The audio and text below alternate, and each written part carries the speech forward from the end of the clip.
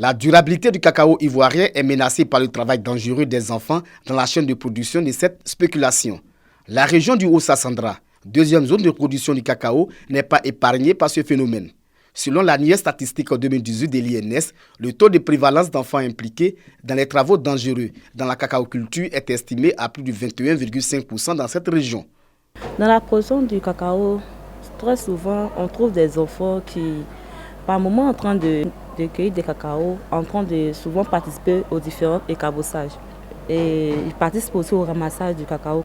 Pour venir à bout de ces fléaux, l'ONG Save Children soutient le gouvernement à travers des projets.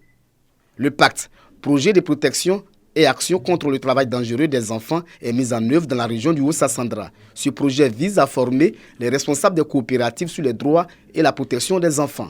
Nous essayons de déplacer un peu ces interventions vers la région du Haut-Sassandra.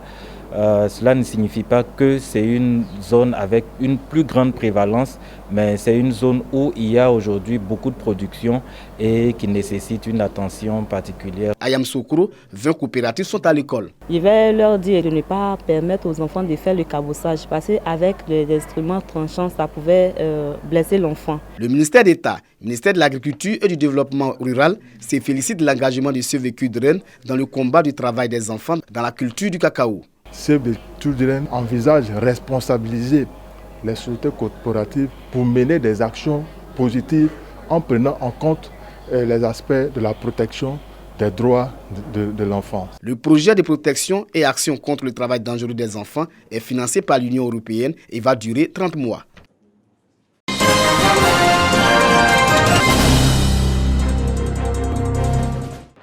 Il est totalement satisfait de l'état d'avancement des travaux de réhabilitation de l'axe Angbile-Koubondoukou et il a tenu à l'exprimer de vive voix à l'entreprise en charge des travaux.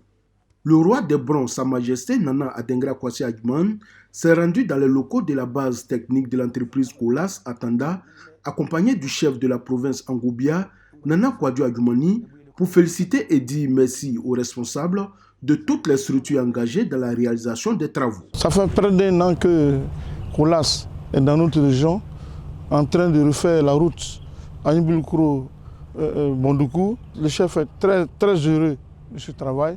Donc il a décidé aujourd'hui de venir remercier le responsable des travaux, le président de la République, le ministre des Transports, le ministre Adjumani et le ministre Amédée. Au nom des structures en charge des travaux de réhabilitation du tronçon Angbile-Koubondoukou, Damien Lechatois a dit sa joie de recevoir la délégation de la plus haute autorité traditionnelle du royaume Bron, avant d'indiquer que les travaux seront bientôt terminés. Nous avons terminé les travaux de dégagement d'emprise. Nous avons également effectué une bonne partie des assainissements, environ 40%. L'intégralité des terrassements est presque entièrement achevée, de même que le traitement au sol ciment de la chaussée existante qui était présente avant notre arrivée. Nous avons également terminé 70% de la couche de base, c'est-à-dire la première couche de bitume, et nous avons démarré la seconde couche de bitume il y a quelques semaines seulement. Cette route, longtemps dégradée et qui constituait un véritable calvaire pour les populations des régions du Gontougou et du Bunkani, sera bientôt un lointain souvenir. Déjà, avec les 70% de taux de réalisation, les usagers parviennent à parcourir les 127 km en moins de 2 heures, ce qui était carrément impossible il y a quelques temps.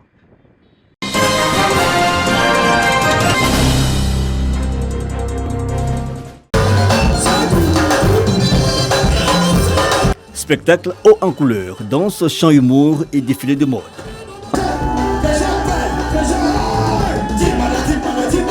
Une ambiance pour lancer les activités de la Fondation Dimala, une organisation qui se veut un cadre d'éveil de talent et d'esprit d'entrepreneuriat.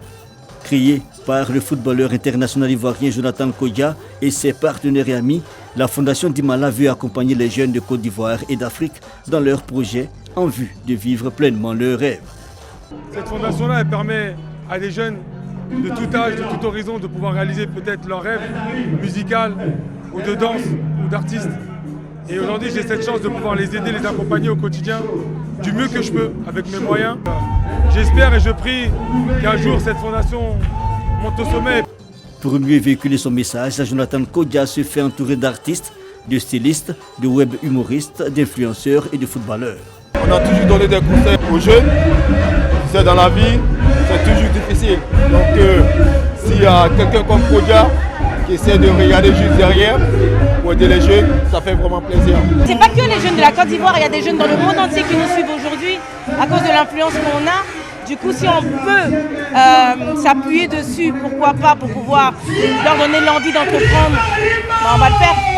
La Fondation Dimala bénéficie du soutien du ministère des Affaires étrangères, de l'intégration africaine et de la diaspora. Ce projet, il est un projet d'intégration parce que quand on a vu la composition des membres de Dimala, il y a tous les Africains.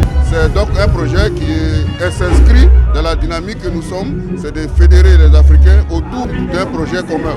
De Dimala Gang à aujourd'hui Fondation Dimala, créée en 2018, c'est d'abord un état d'esprit, une histoire d'amitié et de solidarité entre amis de nationalités diverses qui se sont mis ensemble pour aider et assister leurs jeunes frères à aller de l'avant. Qui est un très grand ami à moi, qui m'a beaucoup encouragé. Merci à toi pour votre temps.